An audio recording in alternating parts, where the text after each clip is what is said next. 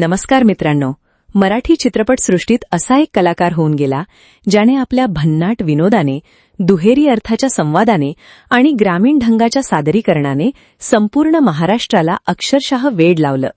त्यांचं नाव घेताच चेहऱ्यावर हसू उमटतं, त्यांच्या चित्रपटांची गाणी आठवतात आणि मराठी सिनेमाचा एक सुवर्णकाळ डोळ्यांसमोर उभा राहतो. हे नाव म्हणजे मराठी चित्रपटसृष्टीचे लाडके अभिनेते, निर्माते आणि दिग्दर्शक दादा कोंडके. दादा कोंडके यांनी मराठी सिनेमाला एक वेगळी ओळख मिळवून दिली. त्यांच्या चित्रपटांनी ग्रामीण भागापासून शहरांपर्यंत प्रचंड लोकप्रियता मिळवली. विशेष म्हणजे त्यांच्या सलग 9 चित्रपटांनी बॉक्स ऑफिसवर अभूतपूर्व यश मिळवलं आणि याच कामगिरीची दखल गिनीज बुक ऑफ वर्ल्ड रेकॉर्डनेही घेतली. दादांचा चित्रपट प्रदर्शित होणार म्हटलं की केवळ मराठीच नव्हे तर हिंदी चित्रपटसृष्टीतही चर्चा व्हायची. अनेक निर्माते आणि वितरक आपल्या चित्रपटांच्या तारखा बदलत असत, कारण दादांच्या चित्रपटांपुढे तग धरणं सोपं नव्हतं. मित्रांनो, आजच्या या व्हिडिओमध्ये आपण भेट देणार आहोत पुणे जिल्ह्यातील भोर तालुक्यात वसलेल्या त्या गावाला, जिथून दादांनी अनेक चित्रपटांची निर्मिती केली, अनेक स्वप्न साकारली आणि मराठी सिनेमाचा इतिहास घडवला. हे गाव आहे इंगवली. चला तर मग जाणून घेऊया दादा कोंडके यांचं इंगवली गाव, त्यांचा प्रसिद्ध डीके स्टुडिओ आणि गावकऱ्यांच्या आठवणीत आजही जिवंत असलेले दादा.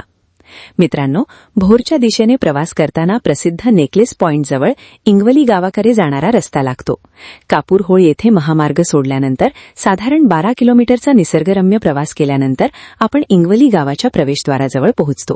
आजूबाजूला उभ्या असलेल्या हिरव्यागार डोंगर रांगा, शांत वातावरण आणि निसर्गाचं मोहक सौंदर्य पाहताच मन प्रसन्न होतं. मुख्य रस्त्यावरून गावाकडे वळल्यावर या परिसराची वेगळीच ओळख जाणवते. अनेक चित्रपटांचं चित्रीकरण झालेली ही भूमी पाहताना मराठी सिनेमाचा इतिहास आपल्या डोळ्यांसमोर उभा राहतो. थोडं पुढे गेल्यावर एक फलक दिसतो, कोंडके फार्म. याच रस्त्याने पुढे गेल्यावर आपण पोहोचतो दादा कोंडके यांच्या प्रसिद्ध डीके स्टुडिओ परिसरात. मित्रांनो, आज जरी हा परिसर शांत आणि निवांत वाटत असला, पे एकेकाळी येथे चित्रपटसृष्टीची अक्षरशः लगबग असायची. दादा कोंडके यांच्या अनेक चित्रपटांची निर्मिती याच स्टुडिओमधून झाली. मोठमोठे सेट उभारले जायचे, कलाकारांची वर्दळ असायची आणि दिवसरात्र शूटिंग सुरू असायचं. आज मोकळं दिसणारं हे मैदान कधी काळी चित्रपटातील गावं, वाडे, बाजारपेठा आणि विविध दृश्यांनी सजलेलं असायचं. मराठी सिनेमाच्या अनेक अविस्मरणीय क्षणांचा हा साक्षीदार आहे. दादा कोंडके यांच्यासाठी हा केवळ स्टुडिओ नव्हता, तर त्यांच्या स्वप्नांचा आणि मेहनतीचा पाया होता. स्टुडिओमध्ये असलेलं एक घर विशेष लक्ष वेधून घेतं. हे घर मराठी चित्रपटप्रेमींसाठी नवीन नाही. अनेक चित्रपटांमध्ये हे घर आपल्याला पाहायला मिळालं आहे. विशेषतः विजय कोंडके निर्मित आणि अलका कुबल अभिनेती सुपरहिट चित्रपट माहेरची साडीमध्ये दाखवलेलं सासरचं घर म्हणजे हेच घर असल्याचं सांगितलं जातं. वर्षानुवर्षे अनेक कलाकारांच्या पावलांनी पावन झालेलं हे घर आजही तितकंच आकर्षक दिसतं. काळानुसार त्याचं नूतनीकरण करण्यात आलं असलं तरी त्याचं ऐतिहासिक महत्त्व अजिबात कमी झालेलं नाही. चित्रपटसृष्टीशी संबंधित असलेल्या अनेक व्यक्तींसाठी हे घर आठवणींचं केंद्र आहे. या परिसरात केवळ मराठीच नव्हे तर हिंदी चित्रपटांचंही चित्रीकरण झालं आहे. लोकप्रिय हिंदी चित्रपट पोस्टर बॉयजमधील काही दृश्यांचं शूटिंग याच ठिकाणी झालं होतं. तसंच मराठी चित्रपट लेख हसावी अशीमध्येही हे घर आणि परिसर आपल्याला पाहायला मिळतो. निसर्गरम्य वातावरण, प्रशस्त जागा आणि चित्रीकरणासाठी अनुकूल परिस्थिती यामुळे हा परिसर निर्मात्यांसाठी नेहमीच आकर्षणाचा विषय राहिला आहे. मित्रांनो, स्टुडिओ परिसरातून थोडंसं खाली उतरल्यावर नीरा नदीचं पात्र दिसतं. गावकऱ्यांच्या सांगण्यानुसार माहेरची साडी चित्रपटातील काही महत्त्वाचे प्रसंग याच नदीपात्रात चित्रित करण्यात आले होते. अलका कुबल यांच्या अभिनयाने गाजलेल्या त्या चित्रपटांच्या आठवणी आजही अनेकांच्या मनात ताजा आहेत. चित्रपटांमध्ये पाहिलेली ठिकाणं प्रत्यक्षात पाहण्याचा अनुभव काही वेगळाच असतो. ज्या ठिकाणी कलाकारांनी अभिनय केला, ज्या भूमीवर चित्रपटातील भावनिक प्रसंग साकारले गेले, ती जागा पाहताना अनेक आठवणी जाग्या होतात. इंगवली गाव निसर्गाच्या कुशीत वसलेले एक सुंदर गाव आहे. डोंगर, नदी, हिरवाई आणि शांत वातावरण यामुळे या गावाला एक वेगळंच आकर्षण प्राप्त झालं आहे. म्हणूनच अनेक मराठी आणि हिंदी चित्रपटांनी या गावाची निवड चित्रीकरणासाठी केली. गावातील चौक, रस्ते, मंदिरं आणि परिसर अनेक चित्रपटांमध्ये झळकले आहेत. गावातील मुख्य चौकात असलेलं मंदिरही अनेक चित्रपटप्रेमींना परिचित वाटतं. लेख हसावी अशी या चित्रपटात हे मंदिर पाहायला मिळतं. चित्रपटांमुळे या गावाला एक वेगळी ओळख मिळाली आणि अनेक पर्यटक आजही या ठिकाणाला भेट देतात. मित्रांनो, गावात फिरताना आम्हाला अनेक ज्येष्ठ ग्रामस्थ भेटले.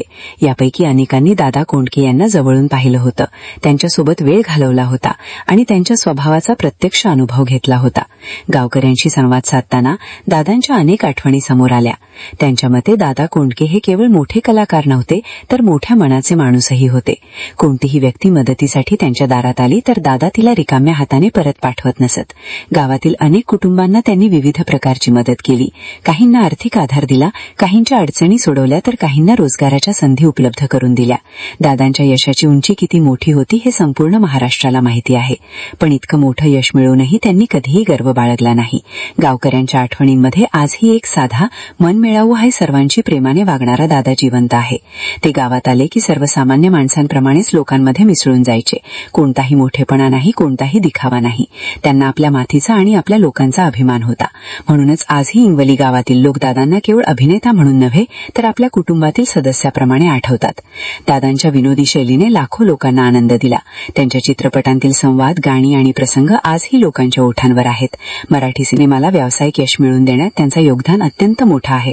जेव्हा मराठी सिनेमा आर्थिक अडचणींना सामोरं जात होता त्या काळात दादा कोंडके यांच्या चित्रपटांनी प्रेक्षकांना खिचलं.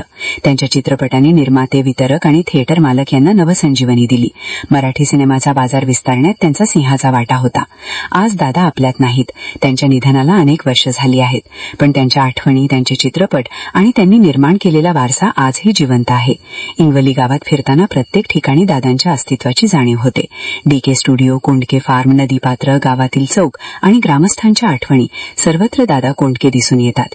मित्रांनो, मराठी सिनेमाचा इतिहास लिहिला जाईल तेव्हा दादा कोंडके यांचं नाव सुवर्णाक्षराने लिहिलं जाईल. एक सामान्य कुटुंबातून आलेला माणूस आपल्या मेहनतीच्या जोरावर मराठी चित्रपटसृष्टीचा बादशाह बनला. त्यांनी केवळ मनोरंजन केलं नाही तर मराठी सिनेमाला नवी ओळख दिली. आजही त्यांच्या चित्रपटांवर लोक प्रेम करतात आणि पुढील अनेक पिढ्या करत राहतील. मित्रांनो, तुम्हाला दादा कोंडके यांचा कोणता चित्रपट सर्वात जास्त आवडतो? तसंच तुम्ही इंवली गावाला किंवा डीके स्टुडिओला भेट दिली आहे का? तुमच्या आठवणी आणि प्रतिक्रिया कमेंटमध्ये नक्की लिहा. व्हिडिओ आवडला असेल तर लाईक करा, शेअर करा आणि चॅनलला सबस्क्राईब करायला विसरू नका. पुन्हा भेटूया अशाच एका इतिहास, संस्कृती आणि चित्रपटसृष्टीशी संबंधित नव्या प्रवासात. तोपर्यंत नमस्कार.